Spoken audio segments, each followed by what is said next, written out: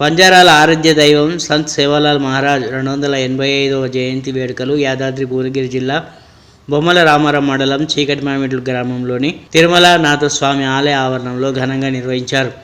ఈ కార్యక్రమంలో ప్రభుత్వ పాలేరు ఎమ్మెల్యే బీర్ల ఐలయ్య ముఖ్య అతిథిగా హాజరయ్యారు. ముందుగా చీకటి మామిడి చౌరస్తాలో బంజారాలతో కలిసి బైక్ ర్యాలీ జెండా ఊపి ప్రారంభించారు. అనంతరం తిరుమల నాథస్వామి వారిని దర్శించుకొని ప్రత్యేక పూజలు నిర్వహించారు. ఆ తర్వాత సేవాలాల్ మహారాజ్ వద్ద కొబ్బరికాయ కొట్టి ప్రత్యేక పూజలు నిర్వహించారు.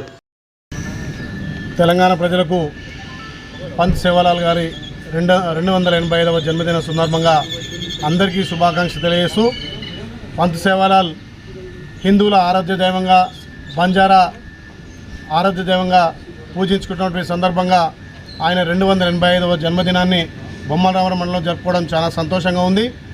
పంత్ సేవాలాల్ 1739 ఫిబ్రవరి 15న జన్మించినటువంటి హిందూ ధర్మాన్ని కాపాడినటువంటి గొప్ప మహారాజుగా ఆ రోజు చరిత్ర చెప్పబడుతుంది.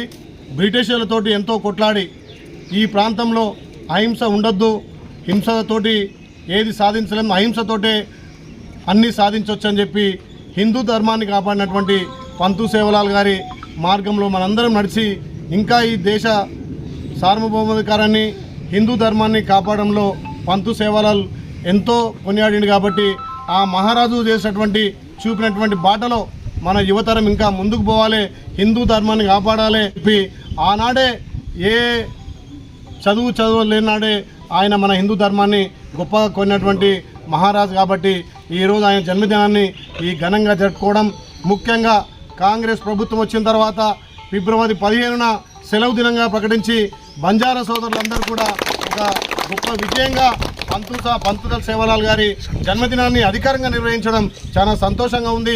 రాబోయే రోజుల్లో ఈ ప్రాంతంలో పంత్ సేవాలాల్ మహారాజ్ గారి గుడి కూడా నిర్మించి పెద్ద ఎత్తున ఇక్కడ బ్రహ్మోత్సవాలు నిర్వహించాలని చెప్పి తెలంగాణ ప్రభుత్వం కృతజ్ఞత ఉంది. ఆలేరు ప్రజలందరూ కూడా ఈ పంత్ సేవాలాల్ గారి జన్మదినంలో ఘనంగా పాల్గొని ఆయన జన్మదినాన్ని జరుపుకోవాల్సిందిగా వేడుకుంటున్నాం.